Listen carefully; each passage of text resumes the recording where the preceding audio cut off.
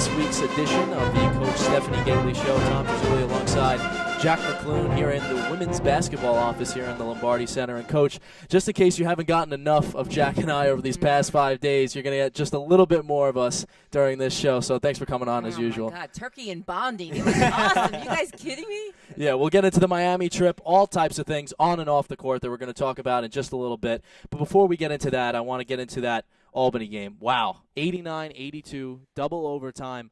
You've been at Fordham for a couple of years now. Where does that rank? That was one of my all-time favorite, not just at Fordham, in my 31 years, just because of the fact that we fought back in so many ways. Like, we kept trying to get to the lead and never could, and then finally got over the hump. And just the perseverance, the big shots, after big shots, and the fact that, our leading scorer and leading rebounder was in foul trouble and G was not on the court. And so we had to do a lot with her off the court, which was, again, a great boost for us to be able to show that we can do that. So it definitely ranks right up there as one of my all-time favorite games. You kind of touched on it. What was it like having 4 separate players in double digits in that game? Danielle Burns with 19, Lauren Holden 18, Hannah Missry with 15, and Kate Kerslina with 15 as well. Well, it's so funny because, our leading scorer wasn't even like in that conversation. Mm-hmm. So the fact that we showed so much balance just is another proof, or more proof to the fact that how good we can be when we are operating on all cylinders. So moving from that Albany game, you win that game the day before you're supposed to travel to Miami. You get on the bus the next morning. And you touched on this a little bit. That Miami trip, at least for me, and I bet for the team as well, was so much more than just basketball. You played 2 games there, and we're going to get into all types of X and O's on that side. But before we get into that, we did so much great stuff off the court. What was your favorite part of the trip off the court, and what did it do in terms of bonding the team? I mean, there's a couple things you can, point your finger to. I mean, the Thanksgiving meal by Tiff's family was just incredible. I mean, they just opened not only their home, but their hearts to us, and just, the sisters, the grandmother, and everybody's extended family coming, everybody's family that was there, the parents and the siblings of the other players. And that was just unbelievable. And then you go to Lewis and Mercy's house, on Saturday night, one of our board of trustee members, and wow. And then you have some people that are part of the alumni chapter down in Miami, some of the younger people, and just you could feel the Fordham spirit there, and you could feel the fact that people are just so giving and so caring, and it was just a great opportunity for our kids to grow off the court as well. Yeah, what was it like, especially you mentioned Lewis and Mercy, having that kind of a fan base at an away game, a Sunday at the Grambling State game? There were a pretty fair amount of Fordham fans there. It was awesome. I mean, we went there specifically for Tiff. I mean, Lewis and Mercy were a bonus. I happened to be at an alumni event later on after we had made the schedule, and then he mentioned that he was from Miami, and then obviously, bells and whistles went off saying, wow, this would be a great opportunity to get them involved and get some Fordham people down there, and they jumped on it, and I couldn't ask anything more from them. They were just, their sons, Robert and Lewis, just sweethearts across the board. His brother, you go through it, even the dog, they were adorable. Great atmosphere. Getting into the games a little bit, so you go the day after Thanksgiving on Friday to play Texas Tech. No doubt one of the most upper echelon teams in the country. There was going to be a test going in. You knew that. 3rd best scoring team in the Big 12, coming in averaging 82 points a game. You guys hold them to 59, even though it was a 59-50 loss. That accomplishment has to be up there. Yeah, and I think sometimes we have to get to the point where, and I feel we get it once we get halfway through the season, is then we not only think, but we know we can win those games. And the problem is, I think we go in hoping we can win, rather than knowing we can win. And there is a difference, and I could sense it in the locker room. Some of the kids were frustrated just saying, before we got in there, saying, we got to play not to lose. We got to play to win rather than not to lose. And that was kind of the feeling of, like, they didn't feel that same type of belief that we had in Albany. And maybe that's because it was a home court versus neutral, and that's why you go and play those games on the road. But it definitely was a great learning lesson in a lot of ways. Yeah, we talked about Tom mentioned that defense, how well the defense played, but the offense struggled, had a lot of open shots, but only shot 32% from the floor and 21% from three. Was that just a technique error? What was really going on with those poor shooting percentages? It's hard to say. I mean, because in the second quarter against Grambling, we shot really well, but then you look at the other ones. I mean, there's tight rims. I'm a shooter, so I could tell that they were definitely tight rims, but they were the same rims everybody else was using. But I thought we got our looks against Texas Tech. I thought we did a great job. I thought we, ran down a couple offensive boards and got on the offensive boards and gave ourselves extra, opportunities. But A couple kids in particular, Kate and Danielle Burns, really struggled this weekend. And if to beat the upper echelon teams like Texas Tech, we've got to have contributions across the board. Obviously, you got to highlight Jamaris Davis with the 14 points and the 17 rebounds, but we'll get into her performance in this game and the Grambling State game in just a little bit. But somebody else I want to highlight is Tiffany Suarez, playing in her hometown, 6 points, 3 for 5 from the field. Jack and I, we mentioned it in the broadcast, we saw flashes of how talented she can be in terms of creating her own shot. Obviously, she's not there yet where you guys want her to be, but what did you see from her in that game specifically against Texas Tech as she moves towards that point where you want her to be? I thought Tiff took a step forward. I thought Tiff had a good weekend. I thought, I wanted to slowly but surely move her into getting minutes, and it's so hard because all 10 players can play. And if you look at it, in the first game, everybody played at double-digit minutes. So everybody got minutes. And, of course, everybody, wants to play 20, 25, 30. You're never going to keep them happy. If you play 30, they want 35. If you play 35, they want 40. So, as a coach, you realize you're never going to keep them happy. But I thought Tiff showed some good things. I thought she earned more minutes. And, she's been doing a good job in practice. So I think she's just continuing to grow. Lauren Holden was in a lot of foul trouble in the Texas Tech game, and Asante Fomina stepped up and played a really strong 25 minutes. What's it like having a backup point guard like that can really take control? It was interesting because we've been bouncing back and forth between Asante and Anna struggled this weekend, so Asante stepped up, and that's the beauty of having that type of talent. Like, Anna has done some terrific things for us, and there's going to be off games. Freshman year is about a roller coaster, but I thought Asante came in with no fear and just attacked and was aggressive, and which was exactly what we needed. So it's nice when you're able to have, she's a different look from Lauren, so you're able to have a different look when, Lauren comes out. And I actually am comfortable playing them both together as well. One is a 1 and one is a 2, but I thought Asante had a good weekend. So you go to South Bend to play Notre Dame, the number 1 team in the country. Then you play Texas Tech in Miami. 2 upper echelon teams, obviously in Notre Dame's case, the highest you can get in terms of rankings. And in both those games, there were plenty of positive takeaways, even though they were both losses. What does playing competition like that do for the team? Well, you want them to establish a feeling of no fear. Like we've played against the best. And that was my concern as we segue into talking about Grambling State, is they sat and watched them play.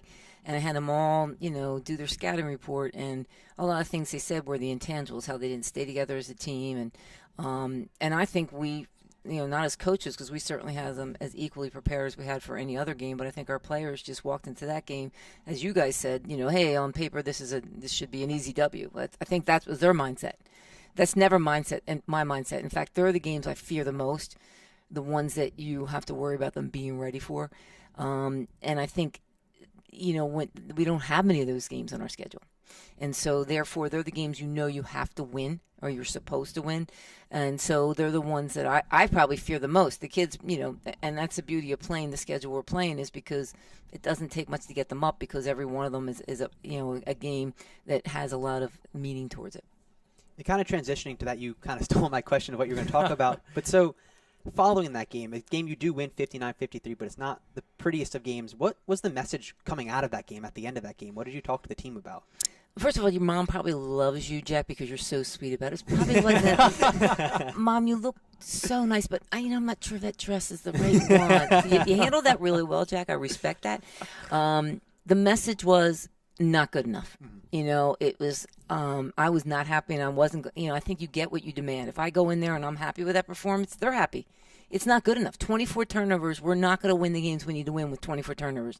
Especially, I think there was 8 to 10 steals, so a lot of them were just unforced bad turnovers. So, unacceptable. I'm not going to settle for it. I'm going to continue to put my foot on the pedal and make sure I demand of them. Because you get what you demand. If you settle, they settle. So for me, it was a strong message at the end of that game of we're not going to settle for that, and the effort has got to be a lot better than that. It was an up and down game, and someone who's been up and down all season for you guys is Hannah Missry. Obviously one of the best shooters in the Atlantic 10, but she has been quite streaky this season. She made 3 threes in the first half of that Grambling State game. Then she went cold in the second, ended off 3 for 10. What do you have to do to keep getting her open shots, even if she's not in a rhythm? I think part of it, she got tired. I kept Hannah on the court a lot longer than I did the day before, 2 days prior. I think she played 24 minutes against Texas Tech and then 34 against Grambling, but that was because she was one of the more calm kids. We had some kids that just weren't focused, I felt, and I thought Hannah was one of the few ones focused, so I felt that focus and her calmness really had a positive effect on those out there, so I left her in there longer. So I think part of it is maybe getting her some more rest. So I want to get into Jamaris Davis, as I mentioned before. 14 points, 17 rebounds against Texas Tech. Then 15 points, 21 rebounds. She's among one of the best rebounders in Division I in all types of different categories.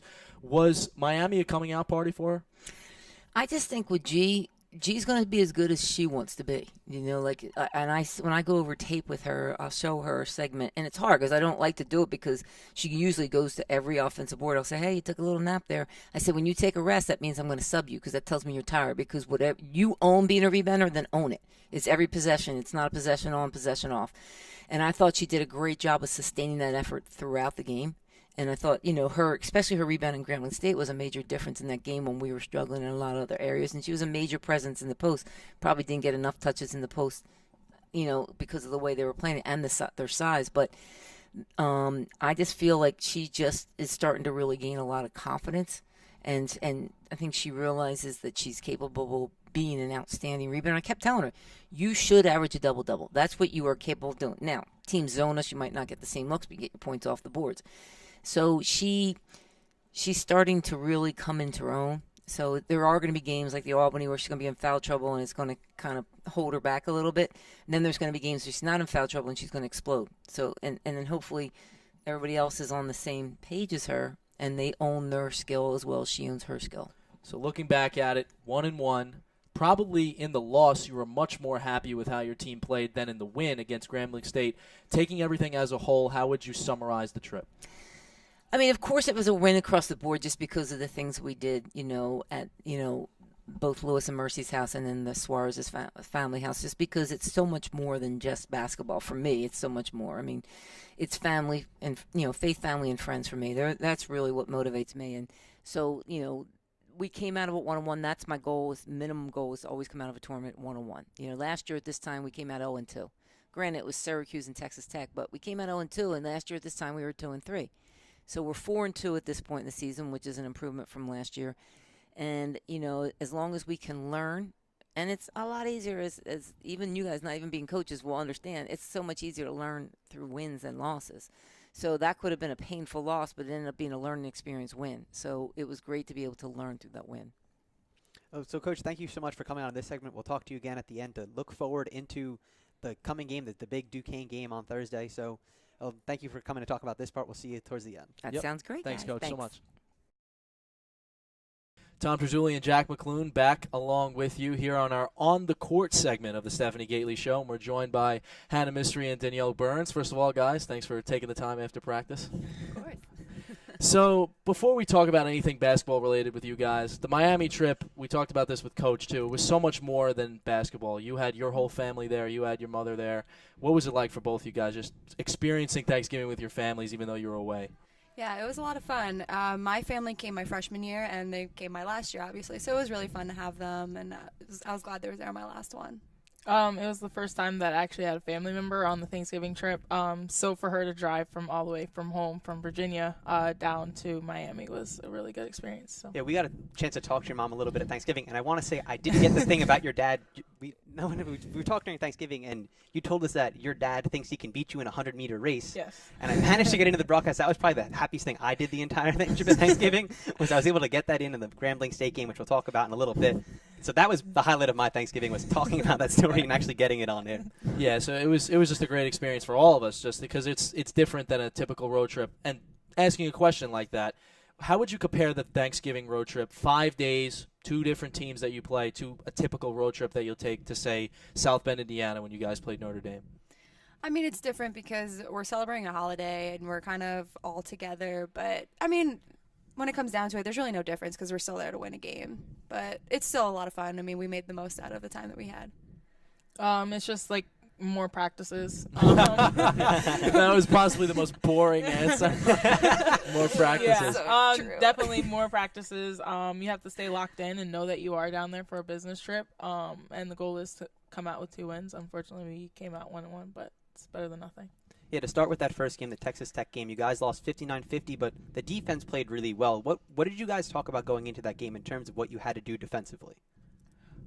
Defensively, we had to come out and stop their point guard, number 4, and hold her because before that she had 30 and I think something like 28 or something. Mm-hmm. So she was averaging around like 26 points. And so if we could contain her and contain their 2 post players, we felt like we had a pretty good shot. Yeah, I mean, just going over everything we had in practice, I mean, it was just defense. And defense is going to keep us in the game, which we shot horribly, so it eventually didn't keep us in the game, but we were just locked in on what we had to do.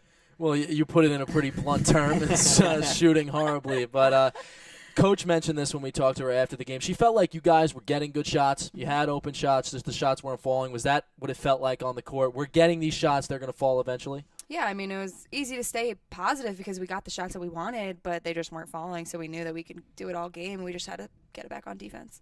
Yeah, pretty much the same thing. You just know that when your shots aren't falling, you have to fall on your defense, and so that's what we did. Unfortunately, the shots never did fall, so, but it's all right.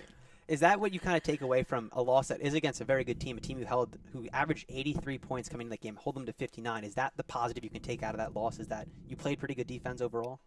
Yeah, always. Our goal is to always keep them under 50, I think. Yeah. Halftime goal is 24. So if we're able to do that, then we know we're on the right path.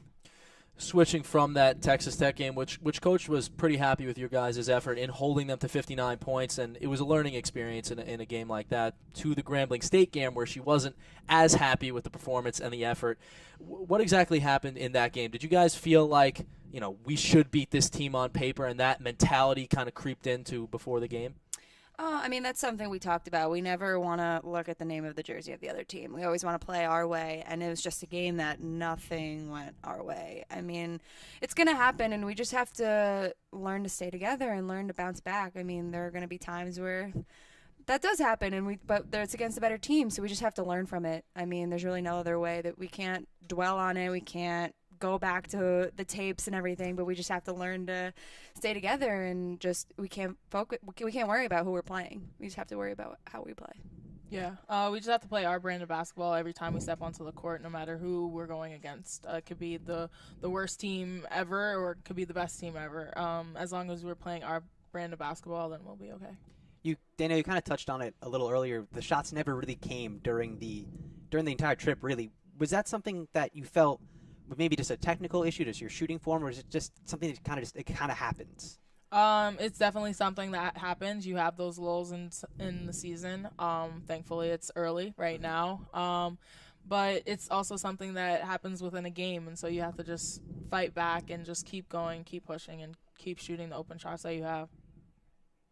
To bring in my mediocre high school basketball career into this interview, my assistant coach, he had an expression that he always used to say, great shooters keep shooting. Is that sort of the mindset that you guys have? Never lose confidence, just keep putting the shots up and eventually they'll go in?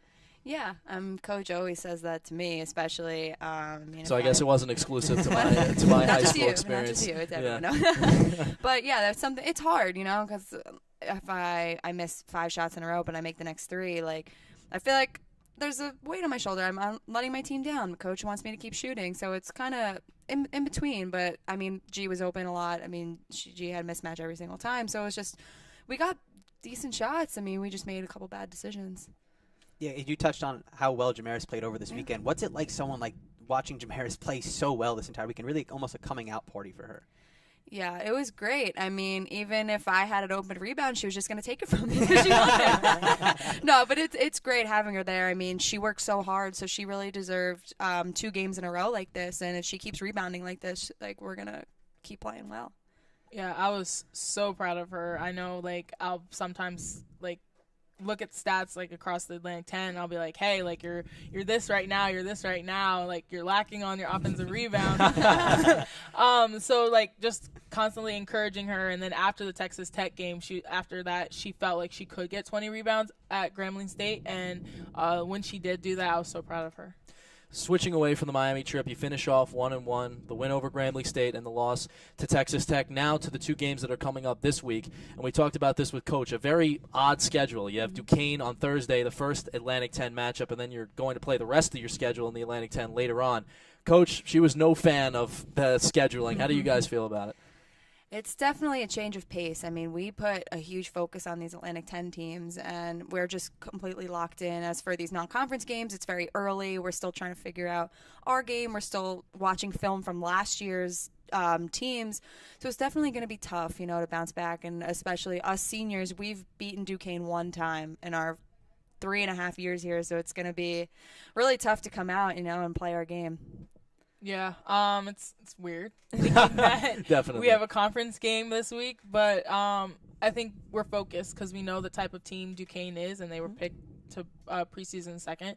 And so our mentality going into the game, especially after a game like Grambling State, is to focus on all the little things. How much more motivation does what could be considered maybe a disappointing trip in Miami give you for this conference game on Thursday?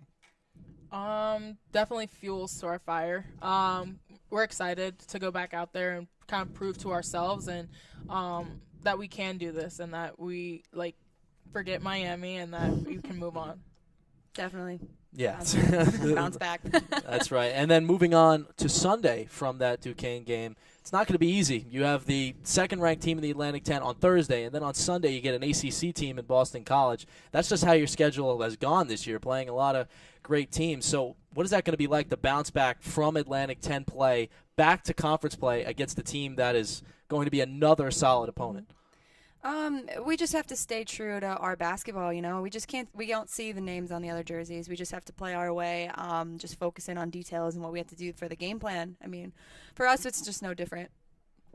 Yeah, I mean, the emphasis is always going to be defense for us. So as long as we lock in on our assignments, we'll be fine. Guys, thanks so much for joining us. Good luck on Thursday and Sunday. Thank you. Thank you. Coach is back here with us. We were talking about the Miami trip and the Albany game before that. Now it's time to look ahead a little bit. And, Coach, what a game to look ahead to. You got Duquesne coming up early in the season, an Atlantic 10 matchup. So you're going to match up with these guys this early in the season and then have pretty much the full Atlantic 10 schedule later in the season. So this is going to be a tough matchup, second in the conference. What have some of these great teams that you've played so far this season done in preparing you for Duquesne? We're not going to see anything we haven't seen already. They've got some good forwards that can shoot the ball. They've got some creative guards. I mean, Dan does a great job with Duquesne. So, I mean, they're a very strong team. They're young, but they're really tough. And, he's played a good schedule, so they're going to be battle ready. They went and beat Iona at Iona. They beat St. John's at St. John's.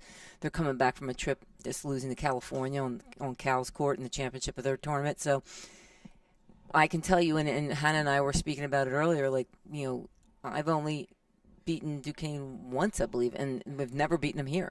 So the seniors, the only time we beat them was the year we went to the conference to win the conference championship. So we've never been able to take care of business here against them or Dayton or the two teams in conference we haven't been able to beat. But with the new format and the fact that you get that bye, right to, Richmond, every game becomes even that much more critical. So it's a big game in a lot of ways. What's it like playing an A-10 game this early in the season? Does it give you kind of a benchmark to look at to finish out the rest of your non-conference and then going into A-10 play? I can be honest, Jack, I can't stand the format. Mm-hmm. I was not a proponent of it. I was a major advocate of going against it.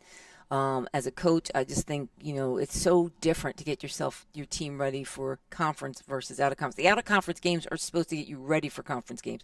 So you have a different mindset. You play different people. You try different lineups.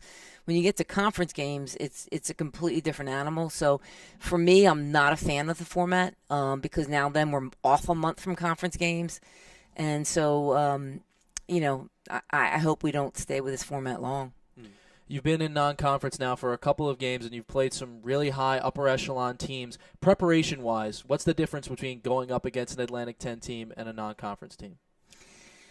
Just, the kids understand the meaning of it. They understand of what it does for standings and where it puts you, especially with the new format of the championship. And so that comes into play as well, whereas out of conference games are, that's your. I break the season into seasons. The first season is your out of conference game. The second season is your conference game. The third season is your conference tournament, and the fourth season is postseason play. So we're kind of intermingling our seasons here because you play. Not that you necessarily play a different way because we're prepared. We'll be prepared for Duquesne. Based on our scout, but we'll also be prepared because we've played high-level teams. We haven't played a cake schedule. So this, our kids will be ready for this game. But it's a different animal.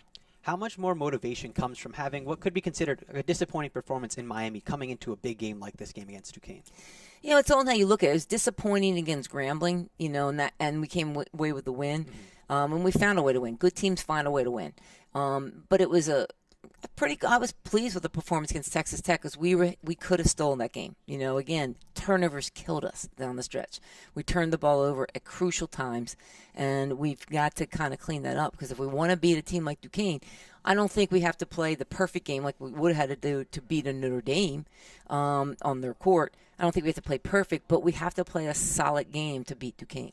So like we already mentioned already, the weirdness of this schedule that you're not in favor of. You go and play Duquesne at the Rose Hill Gym Thursday, and then you turn over on Sunday and have Boston College right back to a non-conference schedule. We were talking before we went on air how it's pretty tough on you. You go from Duquesne, one of the top teams in the conference, to another solid team in Boston College. What worries you about them? It's I see no name. That's why I was frustrated with Grambling State because it's about our standards, it's about the way we play. It's not about the opponent. We'll get you ready. We know what we're going to do. Like I told the team at the end of the game, I said, did we get you any less ready for this game than any other game? Did we walk in and say, hey, this should be a cakewalk? No. We had you as ready for this game as any other game. And I don't think kids go in and plan to take things lightly. Like, obviously, the name Boston College and ACC, your antennas are up. You're ready. So I don't think it'll be hard to motivate them for those type of games. So coming off of Duquesne, which is a strong team, and going to play a BC, we'll be ready because we're so used to playing tough teams.